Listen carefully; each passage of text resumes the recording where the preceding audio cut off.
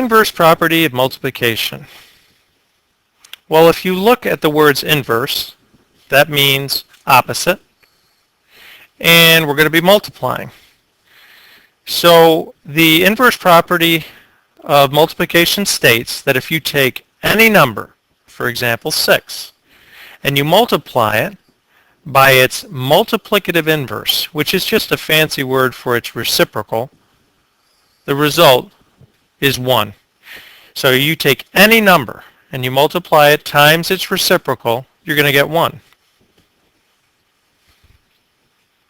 So if you look at these two examples, if you take the fraction 1/4 and you multiply it times its reciprocal, which is 4/1, the result is 1.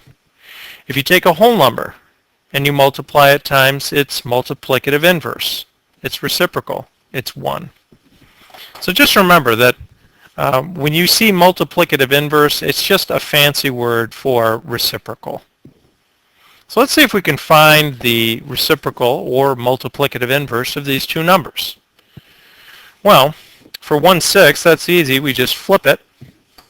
It would be 6/1. And if you did multiply those two, the result would be 1. What would be the multiplicative inverse of a whole number, like 17? Well, if you think of 17 as an improper fraction, 17/1, and you flip that, the multiplicative inverse would be 1/17. Let's do 3 more. So here we have a whole number, and the multiplicative inverse of the reciprocal would be 1/5. The reciprocal of 4/7, that's easy. We just flip these two. The last one's a little tricky. It's a mixed number, so we want to make that mixed number an improper fraction.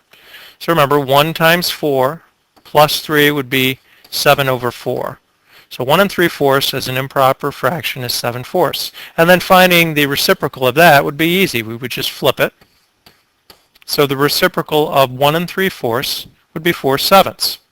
So again, remember, the multiplicative inverse property states any number. It could be a whole number, it could be a fraction, it could be a mixed number, but any number times its reciprocal or multiplicative inverse will give you a result of 1. And that's all there is to the property.